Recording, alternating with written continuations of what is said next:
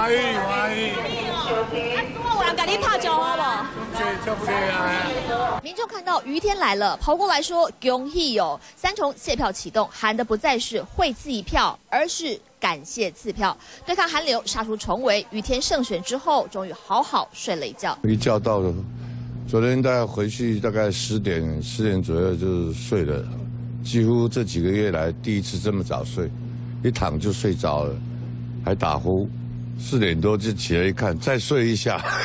选前于天紧张到夜夜难眠，不时摔下床，脸上青一块紫一块。选后神清气爽，全家松了一口气。亚萍姐有没有很高兴？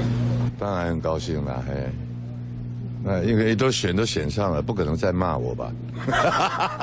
立委补选拉高成大选规格，实在太少见。民进党主席卓荣泰还拿选书退出政坛当赌注。现在卓主席继续操盘，但却笑不太出来。没有胜选，我们止血。上一次我们是看到了伤痕，这次我们止血了。但是一个带有伤痕止血的人还不算健康，所以完全没有分数好打，我们只有一路向前了。定调止血不算胜利，接下来还有2020民进党总统大选，能赢才算赢。卓荣泰这次能让各派系放下歧见，但这种组织动员能量要怎么延续？因为今天由咱的民进党总主席卓荣泰会长感恩感谢。开心谢票后只有1天，就算伤口还没愈合，马上就得备战。3立新闻陈君杰、陈嘉文新北市报道。